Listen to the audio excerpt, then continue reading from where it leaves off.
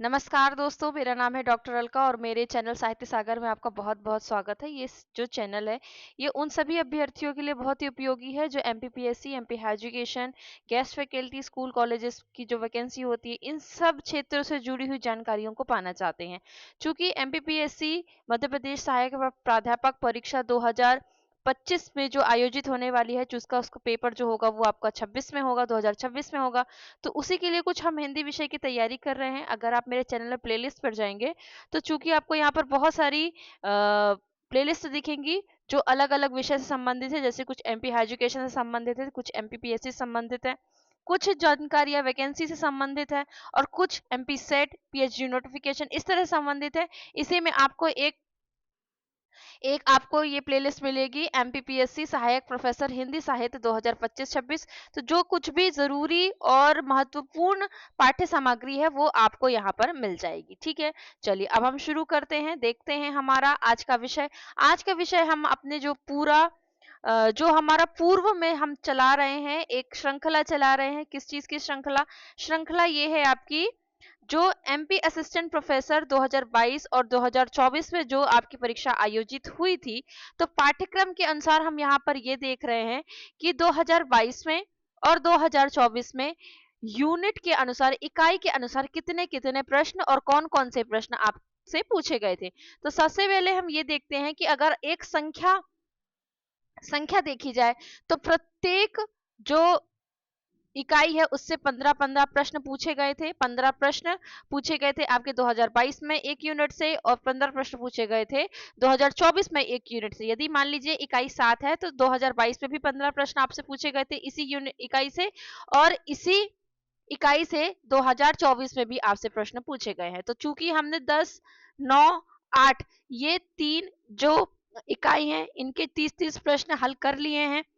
तो अब हम एक हल करेंगे इकाई 7 के, और ये मैं आपको इसलिए करवा रही हूँ ताकि जब आप अपनी पढ़ाई शुरू करें तो आपको ये पता होना चाहिए कि जो हम पढ़ रहे हैं, जो भी हम पाठ्य सामग्री पढ़ रहे हैं, क्या उससे संबंधित प्रश्न आते हैं, प्रश्न बन सकते हैं और कैसे प्रश्न बन सकते हैं, ये सारे चीजें आपके जो मस्तिष्क में है वो आ जाएंगी। ठीक है, अब तो हम शुरू करते हैं हिंदी साहित्य का आधुनिक काल। और आधुनिक काल में हम विशेष रूप से क्या पढ़ेंगे?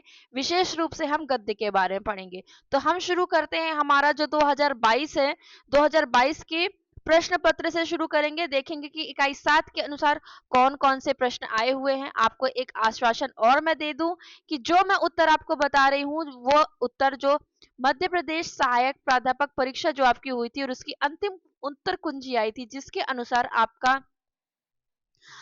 अनुसार असिस्टेंट प्रोफेसर सहायक प्राध्यापकों का चयन हुआ था, वही उसी के अनुसार उत्तर आपको यहाँ पर दिखाए जाएंगे। कोई भी मैं अपने मन से या तुक्के से आंसर आपको यहाँ पर उत्तर नहीं बताऊंगी। ठीक है, तो ये 2022 का पेपर है आपको, और समय समय पे मैं क्या करूंगी, आपका जो जैसे जैसे संदर्भ आता जाएगा पाठ्यक्रम के अनुसार वो भी मैं आपको यहाँ पर दिखाती जाऊंगी। तो चलिए शुरू करते हैं।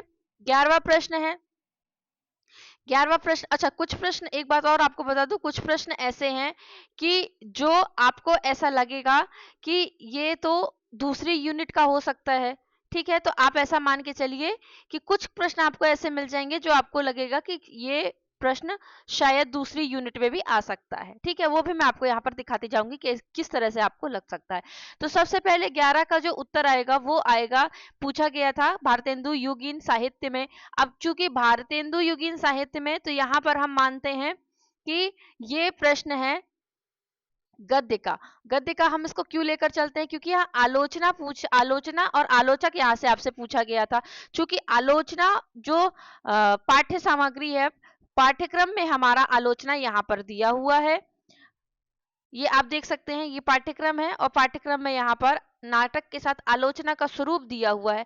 तो चूंकि आलोचना के जितने प्रश्न होंगे वो हम ऐसा मान के चलेंगे कि वो आपकी गद्य की इकाई से ही थे। तो इसका जो सही उत्तर आएगा 11 का, वो आएगा विकल्प सी, यानी कि डॉक्टर रामविलास शर्मा।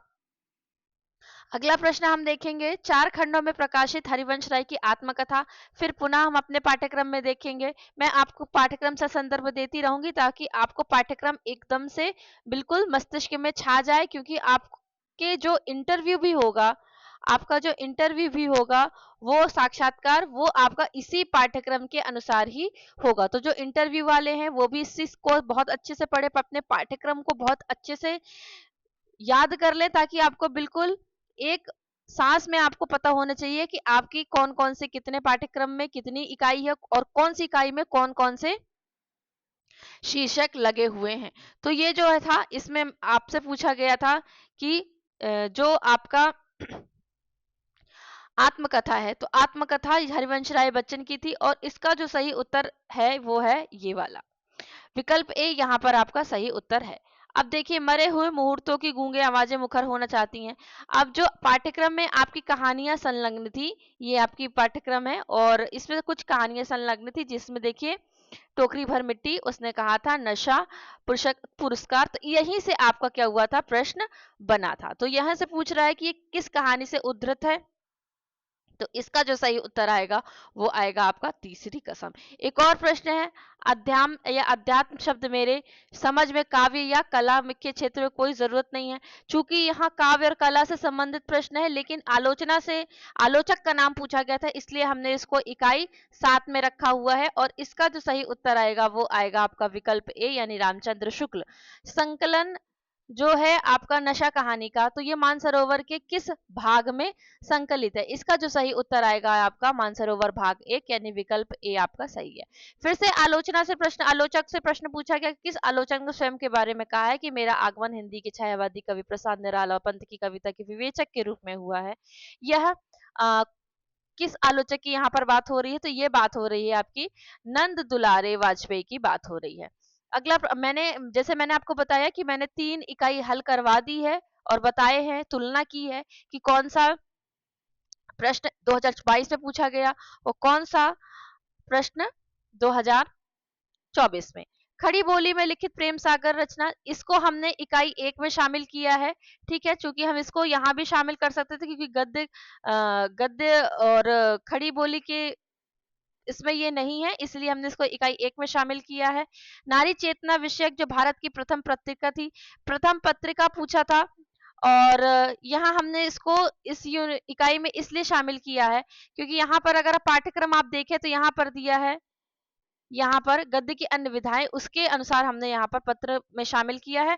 चूंकि अगर आप इसको यहाँ पर भी देख सकते हैं, कहाँ पर, जब आप अपनी शुरू की जो इकाइयां देखेंगे, तो शुरू की इकाइयों में आपको यहाँ पर क्या दिखेगा,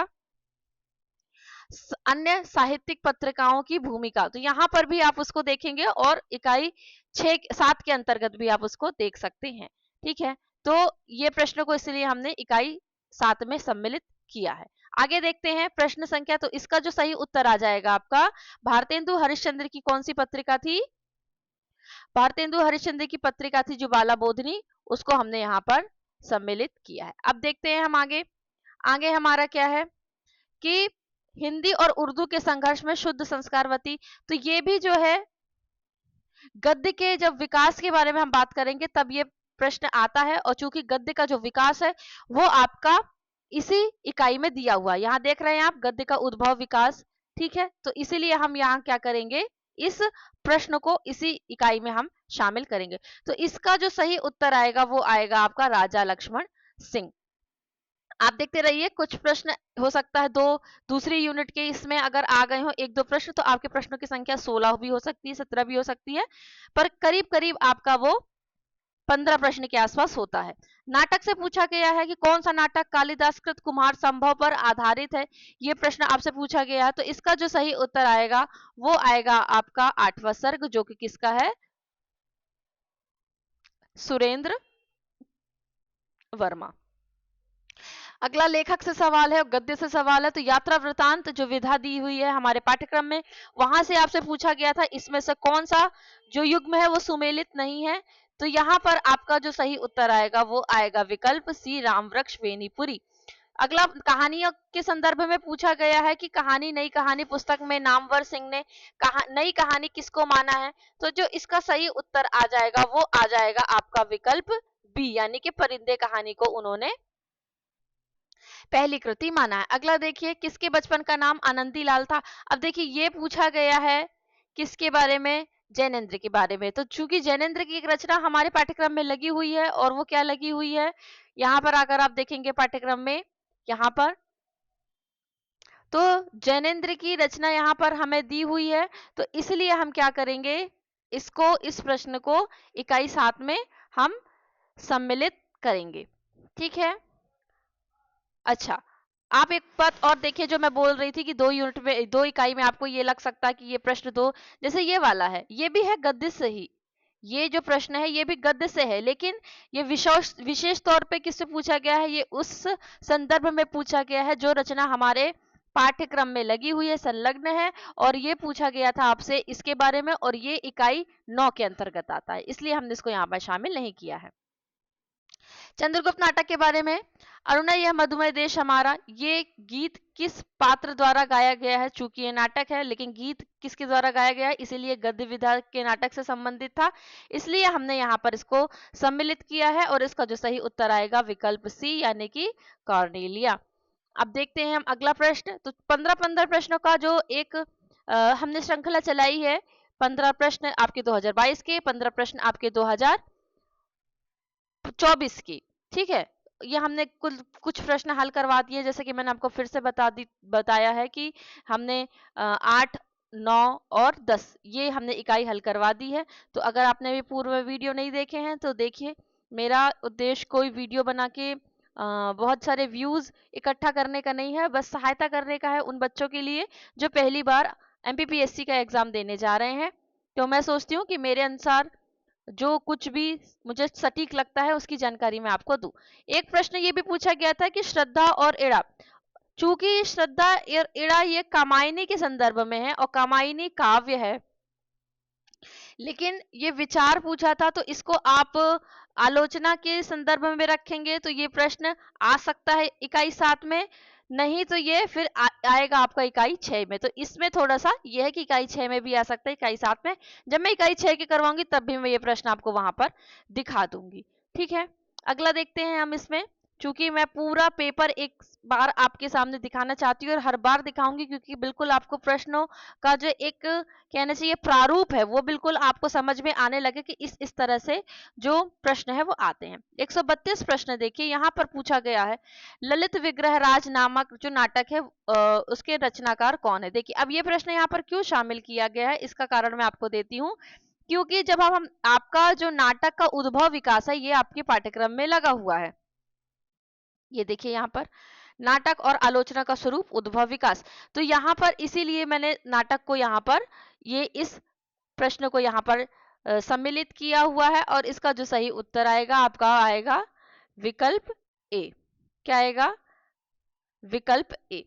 चलिए आगे देखते हैं, आगे और प्रश्न देते हैं। कुल मिला के मैंने जैसे आपको बताया कि 15 से 16 प्रश्न आपको यहाँ पर देखने मिलेंगे, और इसी तरह से आपके पास भी अगर प्रश्न पत्र है तो आप भी इसको भागों में बांटिए और पता करिए कि कैसे ये बटे हुए हैं।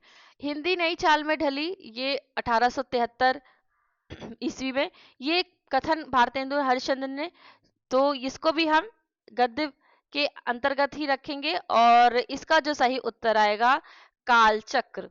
ठीक है, सरदार पूर्ण सिंह ने कुल कितने निबंध लिखे, इस ये जो प्रश्न है इस प्रश्न में थोड़ा सा क्या है, इस प्रश्न में 2 उत्तर आपके यहाँ पर सही हुए थे, यानी कि 2 उत्तर विकल्प 4 में से जिन्होंने या तो विकल्प सी लगाया था उनका भी उत्तर सही था, और जिन्हें विकल्प डी लगाया था उनका भी उत्तर यहाँ पर सही था। उपन्यास नाम से जो नासिक पत्र है किसने निकाला था, तो 149 का जो सही उत्तर आएगा वो आएगा आपका किशोरीलाल गोस्वामी। अगला अंतिम प्रश्न देखते हैं, नहीं अंतिम नहीं प्रश्न है एक और हम यहाँ पर देखेंगे।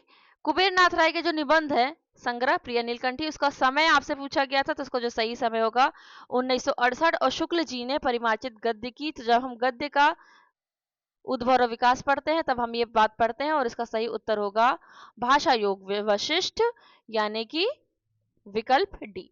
तो इस तरह से हमने देखे 2022 के इकाई 7 के अंतर्गत पूछे गए प्रश्न। अब हम देखते हैं 2024 में कौन कौन से प्रश्न आपसे यहाँ पर पूछे गए थे।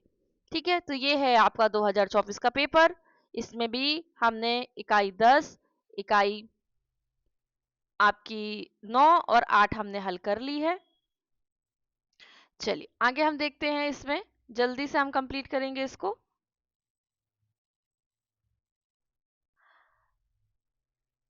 अंधा युग से उद्धृत यह कथन किस पात्र का है? ठीक है, अंधा युग से जो, 1 मिनट, अब मुझे 1 मिनट का समय दें।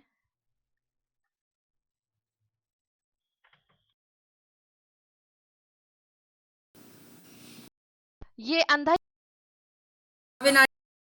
ये भी आपका जो आप यहाँ पर अगर पाठ्यक्रम देखेंगे, अपना पाठ्यक्रम देखेंगे यहाँ पर, ये आपका पाठ्यक्रम दिया हुआ है और यहाँ पर आपको अंधा युग दिया हुआ है। यहाँ देख रहे हैं आप, आपको क्या दिखाई दे रहा है? अंधा युग यहाँ पर आपको दिया हुआ है। तो चूंकि हम इसको नाटक के अंतर्गत ही लेंगे, नाटक के अंतर्गत ही लेंगे और इसी से प्रश्न को हम संबंधित अपना जो संबंध है वो स्थापित करेंगे और इसके अनुसार से ये जो आपका प्रश्न संख्या 31 है, क्या है? 31 है, तो इसका उत्तर आ जाएगा धृतराष्ट्र। क्या आ जाएगा? इसका सही उत्तर आ जाएगा 31 का धृतराष्ट्र। क्योंकि अगर आप अपना पाठ्यक्रम लेकर बैठेंगे तो आपको प्रश्न जो है वो बहुत ही सरलता से समझ में आएंगे कि किस इकाई से कौन से प्रश्न किस स्वरूप में पूछे गए हैं, ताकि जब अगली बार आप तैयारी करें तो आप उसी के अनुसार तैयारी करें। चलिए आगे देखते हैं, इसका जो सही उत्तर आया वो आया आपका धृतराष्ट्र।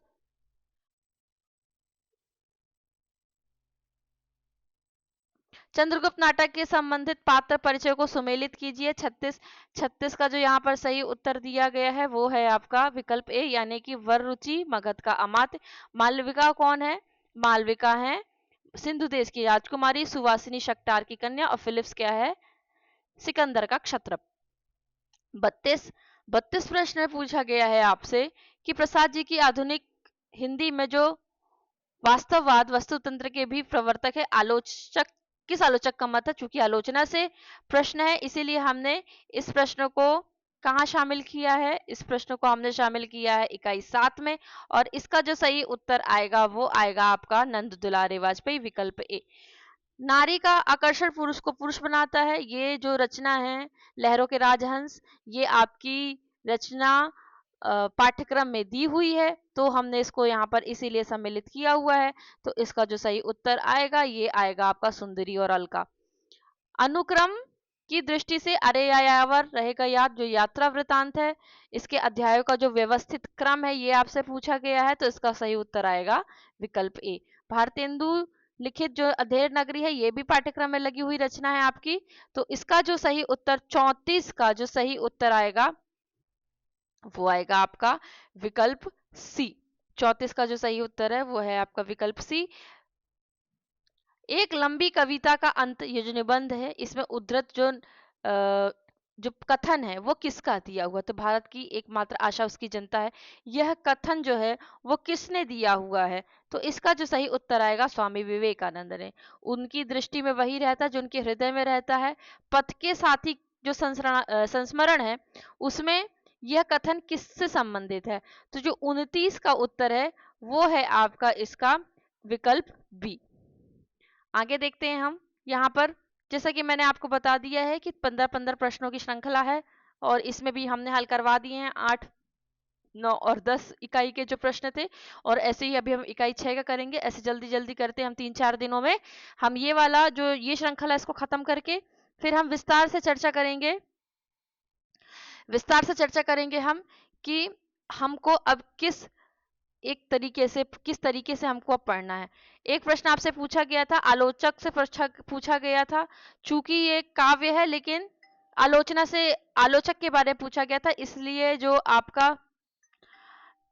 आपका 69 प्रश्न है इसको हमने इकाई 7 में लिया हुआ है। तो मुक्तिबोध का जो काव्य संकलन है चांद का मुंह टेढ़ा, ये पूछा, ये जो पंक्तियां हैं ये किसने कही हैं? तो जो इसका सही उत्तर आएगा वो आएगा विकल्प ए, यानी रामस्वरूप चतुर्वेदी ने कही है। अकेला मेला डायरी ये इकाई 9 में आती है, ठीक है, इसलिए यहाँ पर हम इसके बारे में चर्चा नहीं करेंगे। चलिए आगे हम देखते हैं कुछ और प्रश्न। ये आप पूरा प्रश्न पत्र ही मैं आपको यहाँ पर दिखा देती हूँ ताकि आपको किसी भी प्रकार का संशय ना रहे कि कोई प्रश्न आपका छूट गया है। यहाँ पूछा गया है निम्नलिखित रचनाओं को उनके रचनाकारों से सम्मिलित कीजिए। तो ये तो बहुत ही आसान सा है कि रानी केतकी का कहानी किसकी है, यहाँ पर इंशा अल्लाह खां की। तो अगर आपको एक भी पता होगा तो आप यहाँ से इसको क्या कर सकते हैं, यहाँ से आप इसको जोड़ सकते हैं। ठीक है, तो विकल्प जो ए है ये आपका सही उत्तर आएगा। 1845 से जो बनारस अखबार के संपादक कौन थे? ये जो प्रश्न आपका आया हुआ था 104, तो 104 वाले प्रश्न में क्या हुआ था कि इसमें बहुत सारी आपत्तियां लगाई गई थी कि जो कि प्राविधिक जो उत्तर कुंजी आई थी उसमें इसका उत्तर गलत था। फिर इसमें क्या हुआ, इसे बहुत सारी आपत्ति लगाई गई। फिर इसका पहला उत्तर आपका ये माना गया था प्राविधिक में, फिर बाद में ये उत्तर अंतिम उत्तर कुंजी में दिया गया। चलिए आगे देखते हैं। और अभी आपने पूर्व में देखा होगा जो मैंने गद्य में एक आपको बताया था, हिंदी नई चाल में ढली भारतेंदु का कथन था, कालचक्र पत्रिका में था। और यही देखिए दूसरे ही आपके 24 वाले पेपर में पूछा गया कि ये किसने कहा था ये कथन? तो ये किसने कहा था? रामविलास शर्मा ने कहा था। ठीक है, तो यहाँ तक हम देखते हैं कि हमारे प्रश्नों की श्रृंखला, एक कुछ प्रश्न और बचे हैं वो उनको भी हम देख लेते हैं। ये भी आलोचना से संबंधित है, इतिहासकार से संबंधित थे।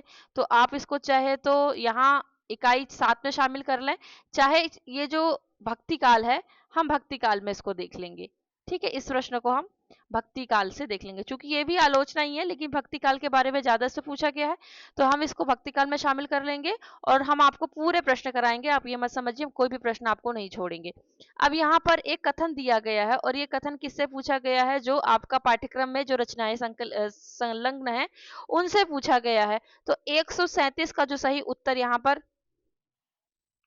137 का जो सही उत्तर होगा यहाँ पर आयोग के द्वारा, वो है आपका विकल्प सी। मेरा मन कहता है कि कालिदास भी तुकाराम थे। ये निबंध किस निबंध से लिया गया है? तो ये आपका लिया गया है देवदारू से। 138 का जो उत्तर आएगा वो आएगा आपका देवदारू। बसंती किस कहानी की स्त्री पात्र है? तो ये है वापसी। ठीक है, गजाधर बाबू वाली। बाणभट्ट की आत्मकथा उपन्यास कुल कितने छासों में है? तो ये है इसका सही उत्तर 20। 140 में देखिए इसकी घटनाएं ही बोल रही हैं, पात्रों को बोलने की अपेक्षा नहीं है। शुक्ल जी ने विचार किस कहानी के लिए दिया है? ठीक है, तो ये कहानी किस कहानी के लिए दिया है? तो इसका जो सही उत्तर आएगा ये आएगा उसने कहा था। 140 का जो सही उत्तर आएगा विकल्प डी। निम्नलिखित जो कहानी या कहानी आंदोलन से संबंधित ये जो आंदोलनों की कहानियां हैं तो इनके बारे में पूछा गया है कि इनका सही युग्म कौन सा है, हमें वो चयन करना है। तो देखिए सही युग्म कौन सा है? समानांतर कहानी कमलेश्वर। ठीक है, अभी हम एक बार और हल करेंगे कि जैसे जैसे मान लीजिए कि समानांतर कहानी है तो इसका सही है, बाकियों का क्या उत्तर है इसका विवेचन हम करेंगे। यद्यपि साहित्य के मौलिक प्रतिमान अधिक नहीं थे, ये पूछा गया है और ये किसका कथन है?